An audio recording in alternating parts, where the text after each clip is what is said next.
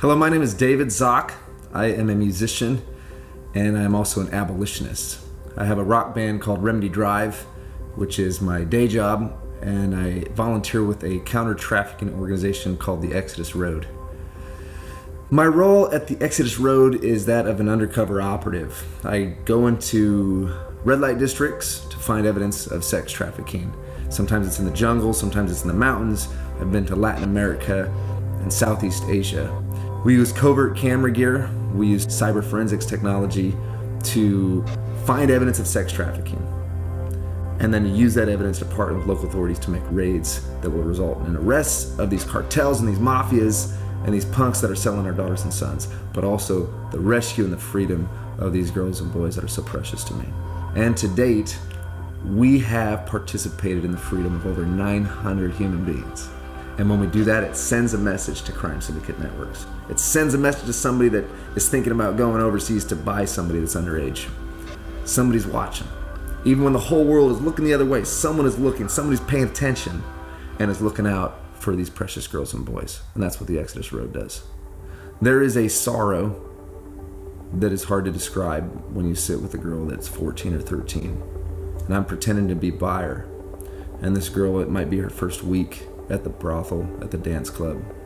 Maybe she's on the street corner. Maybe she's being sold by an African drug lord. Maybe she's in a bed in a hotel where I get escorted up an elevator, and on each room on that particular floor, there's a girl from a different part of the world. By some collision of circumstances that are outside of her control, she finds herself here, being forced to smoke and drink and be touched by men 3 times her age and 3 times her weight. Her feet are tired. She's shy. She clings to her friend as they walk through the room. She misses the simplicity of the country life back home. She misses her farming community. She doesn't understand what's happening. She doesn't know why she's here. Sometimes this has happened within a block of a police station, in broad daylight, under neon lights at night. Sometimes they put girls behind glass like in an aquarium, and men from all over the world sit on this side of the glass as they smoke and drink and look at these girls. Every situation is different, but every situation is the same. Somebody is making money by selling this girl for sex. And if there's fraud, if there's force, if there's coercion, or if she's less than 18 years old, then that's called sex trafficking, and I'm there to expose it. I'm there to find evidence of it with the Exodus Road that's going to lead to a raid that will result in arrests, dismantling these crime syndicates, and then freedom for these precious girls and boys. When I come to a university, I want to contribute to a culture where people are regarded, where human dignity is valued.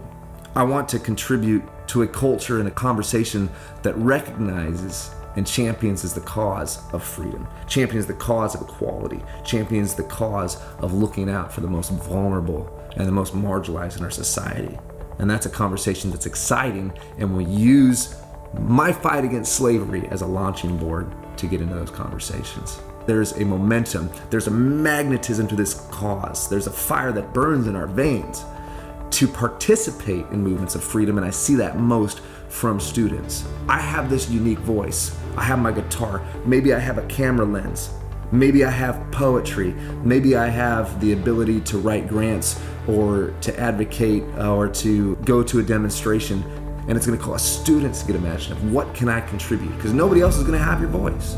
Nobody else is gonna have these fingerprints. Nobody else has your time. What if I spend my life on the marginalized, on taking the cause of those that are enslaved or exiled or hungry or thirsty? And when we have these conversations at a university, that culture is gonna spread because it's contagious. When someone looks in and sees someone living selflessly, like Martin Luther King Jr. said, he says, it's time for us to develop a kind of dangerous unselfishness.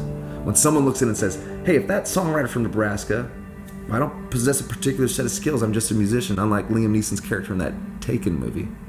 But if he can do that, what can I do? What can I contribute? And that contagious selflessness is gonna spread throughout the university and then out into wherever these students end up. She's a child and a bride of Sahara. She's a daughter of Syria and Cameroon. From the streets of Brazil to the hills of Thailand, on the bullet-strewn fields of Uganda sand. She's maybe 15, she's American. She's praying, are you listening? Do you understand?